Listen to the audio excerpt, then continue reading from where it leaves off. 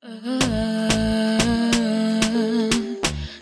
from the cuffs, stuff from the cuffs. If you had it back there and you're looking for a smile, bringing hope and joy for a day that was wild. Stuff from the cuffs is here to make things bright. In a world so dark, they're bringing some light. Stuff from the cuffs.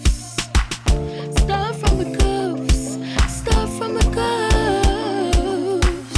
stuff from the cuffs, stuff from the cuffs. Go Bria, go Bill, go Bess, go Brian. Stuff from the cuffs, stuff from the cuffs.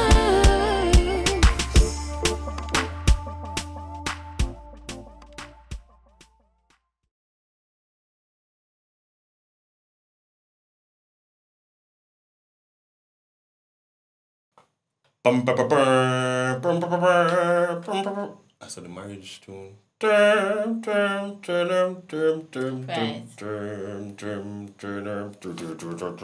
really sound like that, but You know, so it go. Here comes the bride. Here comes the bride. that's almost. I was just hinting that kind of off-key-ish, but it's okay. I wasn't trying to be on key. I got this. I got this. Wagwan, Cufflinks family. Welcome back to another video right here on Stuff from the Cups, where we give you fire. That's a new intro, guys. That's the after 1 year new intro, right? We're fun. Inspirational. We're real. And we're educational. And of course, we want to thank you guys for visiting and sticking and staying with us during our celebration for 1 year anniversary that was held some time ago. Not some time ago, babe. Sunday. Yeah, I didn't even remember what day today is. Yeah, guys, you ever just get up and don't know what day it is because every day either you're working from home or whatever, it's crazy. So thank you for joining us on that celebration, and we look forward to having you for many more years to come. June is marriage month, traditionally. Did you know that? Yeah, I mean, a lot of people usually get married in June, and it goes back to some roots that we won't necessarily dig up here, but yeah. So we come see it, that's how we work with it. And for those who don't know what I just said, I am saying we came into this culture and we saw it, so we continue this tradition that exists. We didn't get married in June though. No. We got married in January. My wife chose one of the most expensive months to get married. Is me choose it? All right, moving along. Today we're going to be talking about strengthening your marriage. And one of the best ways to strengthen your marriage is to take a firm grip. Men, be like me. Take a firm grip. Do not joke. Or should we take a firm grip? No, it's all right. Strengthen your marriage. But yeah, I'm joking. You know, we both agreed on a date, especially like it was near my birthday. Yes. In that case, gentlemen out there who are watching, is one way of not forgetting your anniversary. Choose a date that is near your birthday, or on your birthday, or on her birthday, or near her birthday. You can't go wrong. So we got engaged on my birthday and got married 5 days before his birthday. So while we were on our honeymoon, it was his birthday. So that was good. Pick it engagement on her birthday. Married by your birthday. So what if one? Whichever way. Just work it. All right. So given that it's June month, you know, we're always talking about marriage and how to strengthen your marriage tonight. So that's exactly what we're talking about. I feel uncle. You know that term, the uncle? We're talking about ways that you can strengthen your marriage. And this was sparked by a WhatsApp message. Yes, a WhatsApp message I got from a very good friend of mine. Big up yourself, Philip. And, you know, we wanted to just share our views on it. And it's talking about strengthening your marriage. And one of the things it says that there are 3 things that you have to do to strengthen your marriage. Now, we believe there are a lot more things, but we wanted to identify and to single out these 3 today. And the first one is understanding that marriage is more than a physical matter.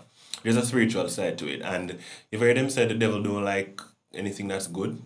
And marriage is from God. So straight up, that's the first thing to understand, that your marriage is not only a covenant between you and somebody, but it is a covenant between God and the both of you as well. And because of that, there's going to be attacks from all sides. So in order to strengthen your marriage, you must strengthen your spiritual lives individually and collectively. You must understand that the presence of God is so important.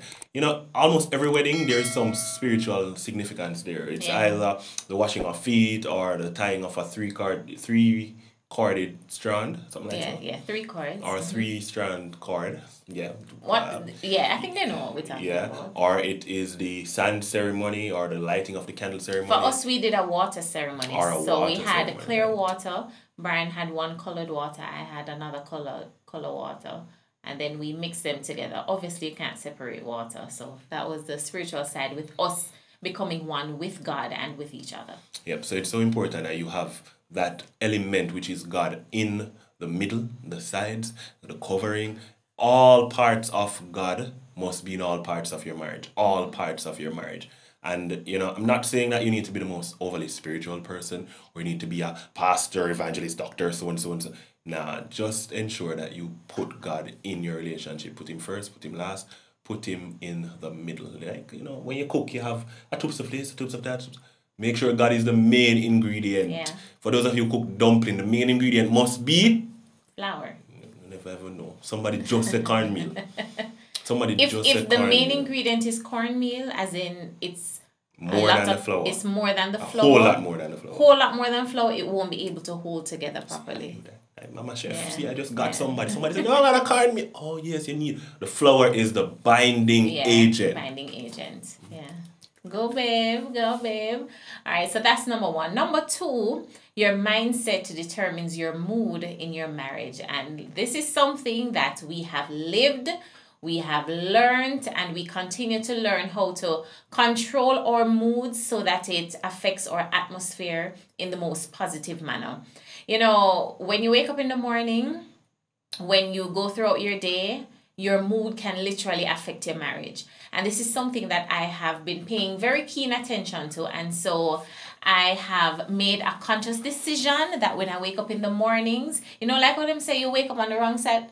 Why you look like that? Okay, like how they say you wake up on the wrong side of the bed, I always try to wake up on the right side of the bed because I realize that when I'm in a bad mood, Brian automatically, to me, it feels like he is in a bad mood as well.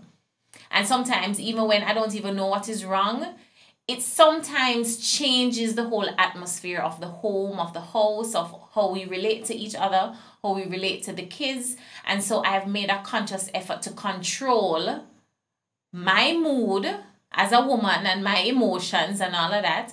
Control that so that I can have a positive impact on my household, on my marriage, and of course on my husband. And one of the things that pointed out was that there was a woman in it who her mood was dependent on her favorite soap opera, and that affected how she carried out her dealings at home with her husband. And can you believe it? I mean, whether you like it or not, there are so many things that affect our mood, and sometimes we don't realize that mood is now translated onto your family. Yeah. And can you imagine your soap opera and you're enjoying it and your favorite character dies?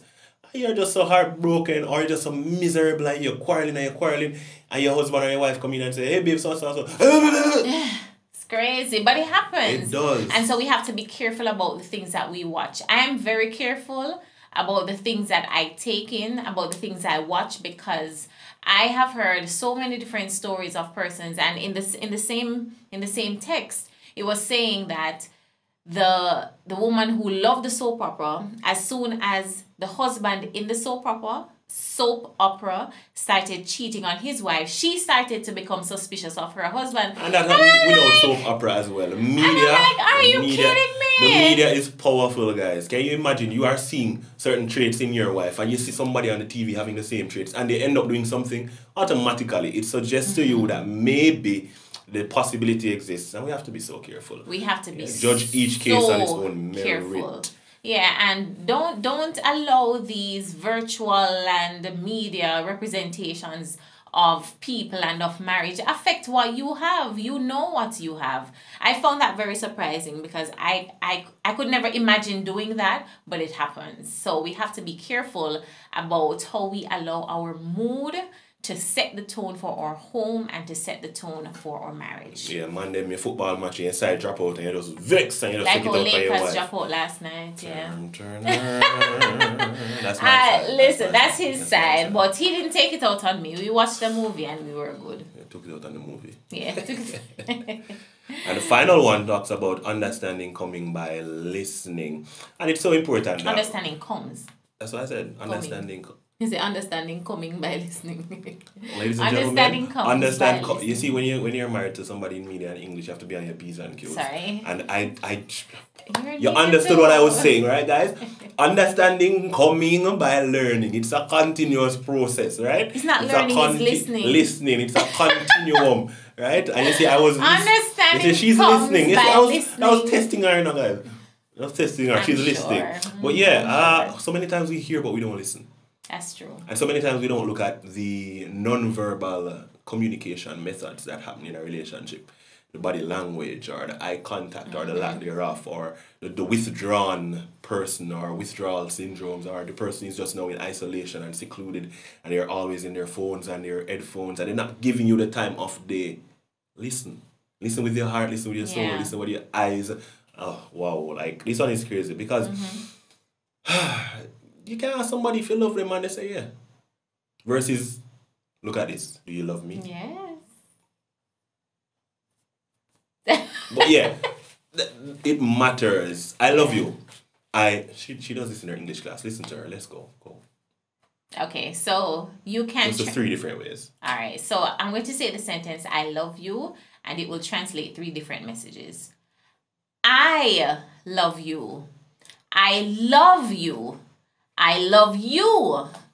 There you go. Yeah. And it's how it is translated that you need to listen for. Yeah.